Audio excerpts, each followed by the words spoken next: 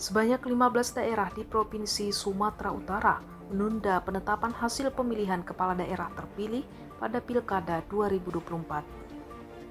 Penundaan ini terjadi di berbagai tingkat, baik provinsi, kabupaten maupun kota.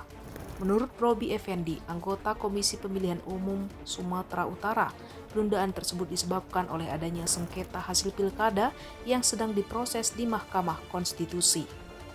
Hingga saat ini, hanya 19 kabupaten kota di Sumatera Utara yang telah menetapkan pasangan kepala daerah terpilih. Berikut daftar 15 daerah di Sumatera Utara yang menunda penetapan kepala daerah terpilih akibat sengketa di Mahkamah Konstitusi.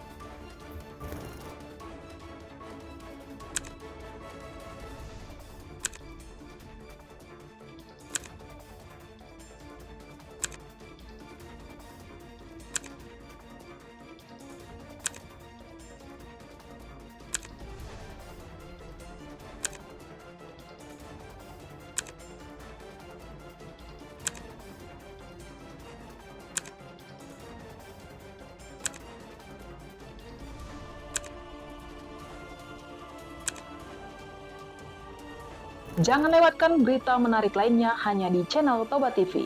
Follow, like, dan subscribe channel Toba TV untuk mendapatkan informasi terbaru lainnya. Horas.